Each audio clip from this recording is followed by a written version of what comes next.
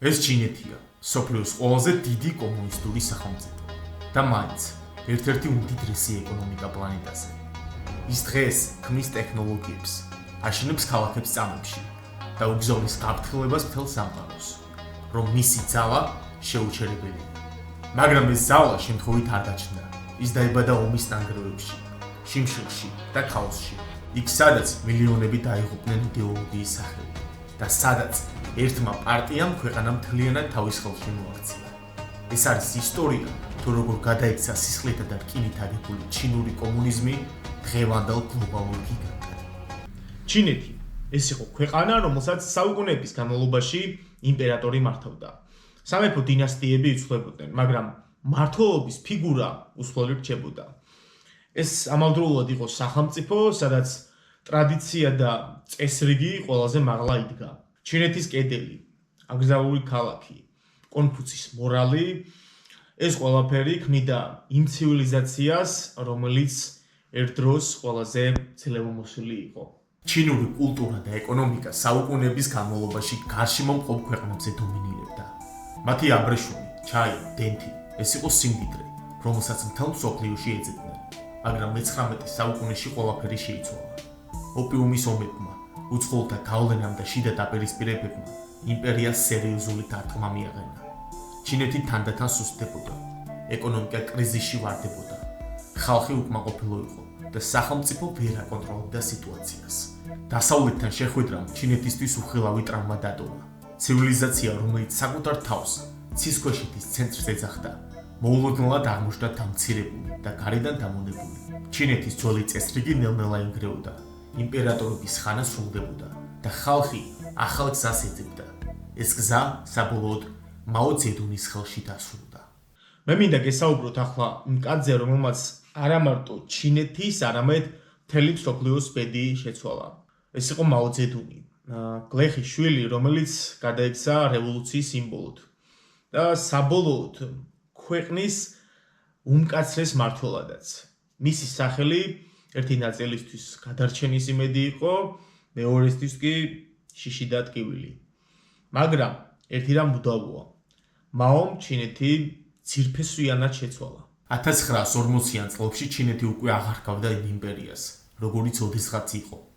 ომებითა და უცხოეთის ჩარევით დამშრალი ქვეყანა სისხლსვრაში ხრჩობოდა.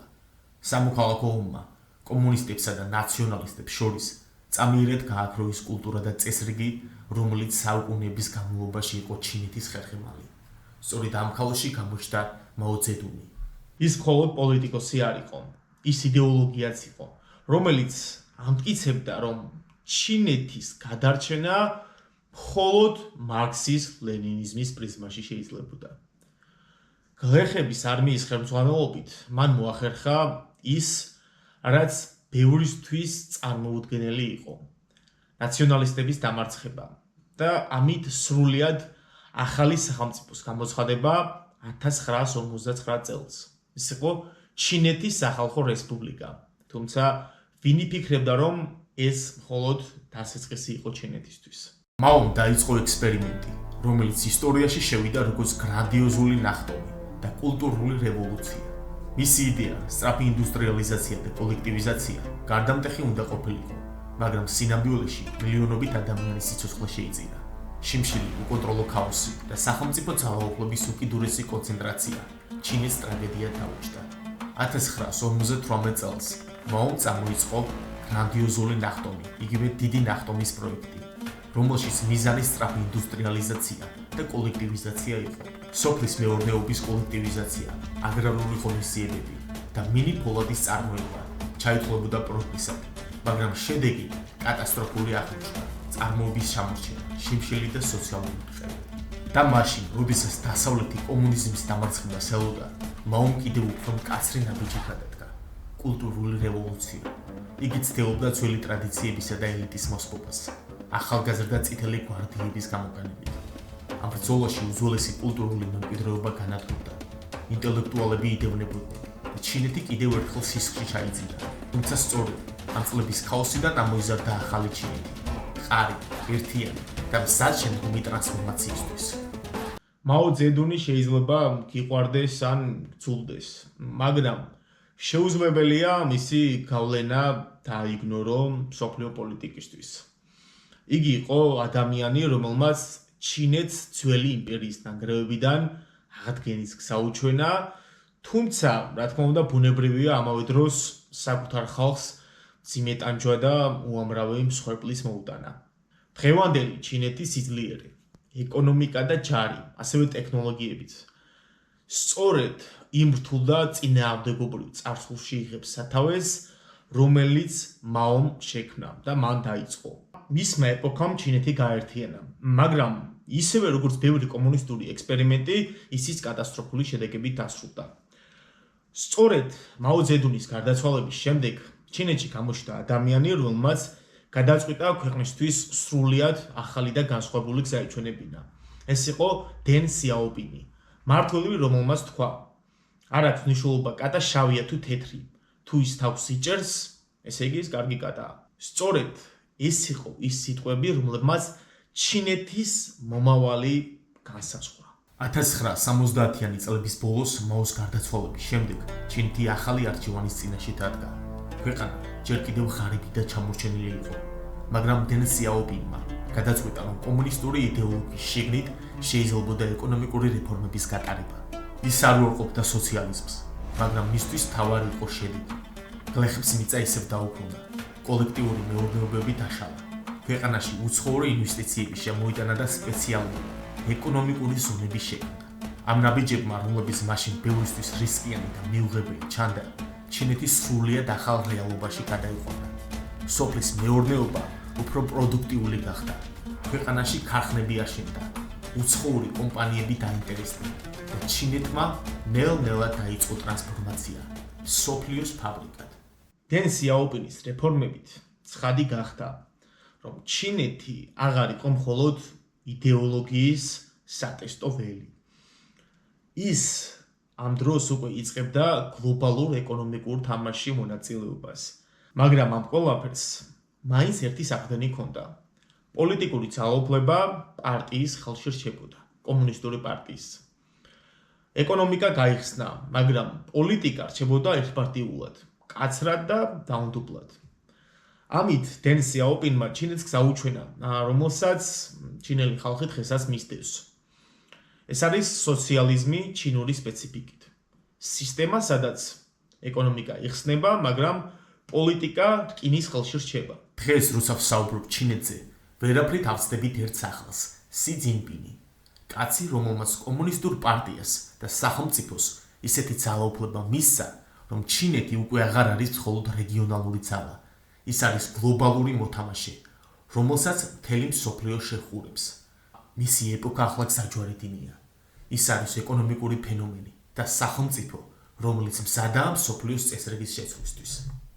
2012 წელს, როდესაც სი ძინპინი ჩინეთის ლიდერი გახდა, ქვეყანა უკვე ეკონომიკური სუპერ სახელმწიფოს გზაზე იდგა.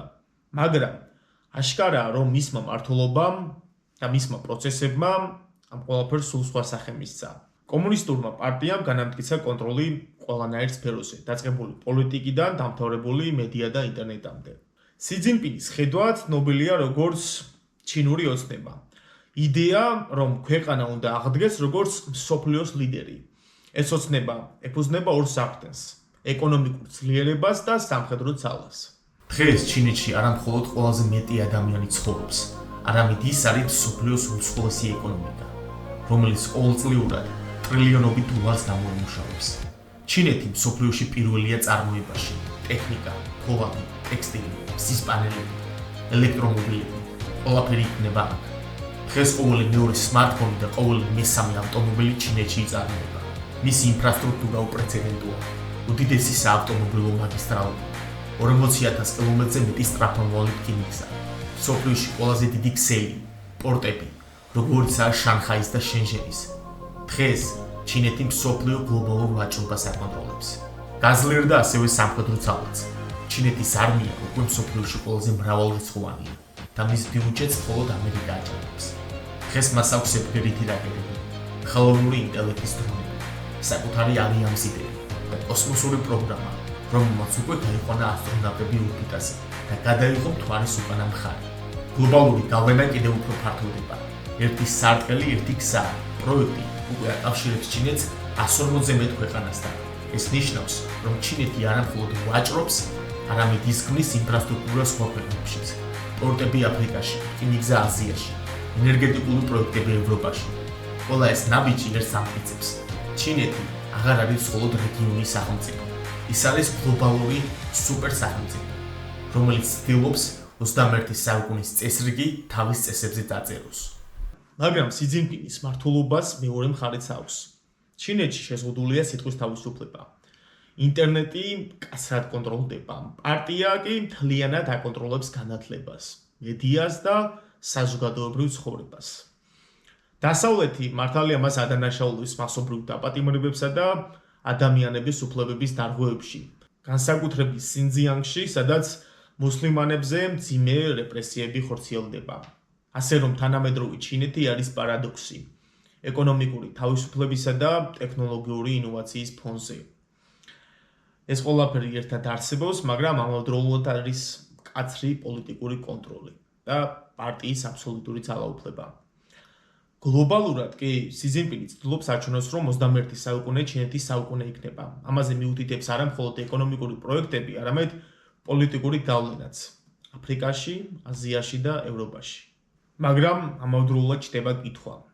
იქცევა თუ არა ჩინეთი იმ სუპერსახელმწიფოდ, რომელიც ახალ წესრიგს დაამყარებს, თუ მისი გზა ისევ შიდა პრობლემებში და გარე დაპირისპირებებში ჩერდება. ერთი რამ ცხადია, ჩინური კომუნიზმი არ არის მხოლოდ იდეოლოგია. და 21 საუკუნე ბევრად უფრო მკაფიოდ ჩაიწერება, როგორც ჩინეთის ეპოქა.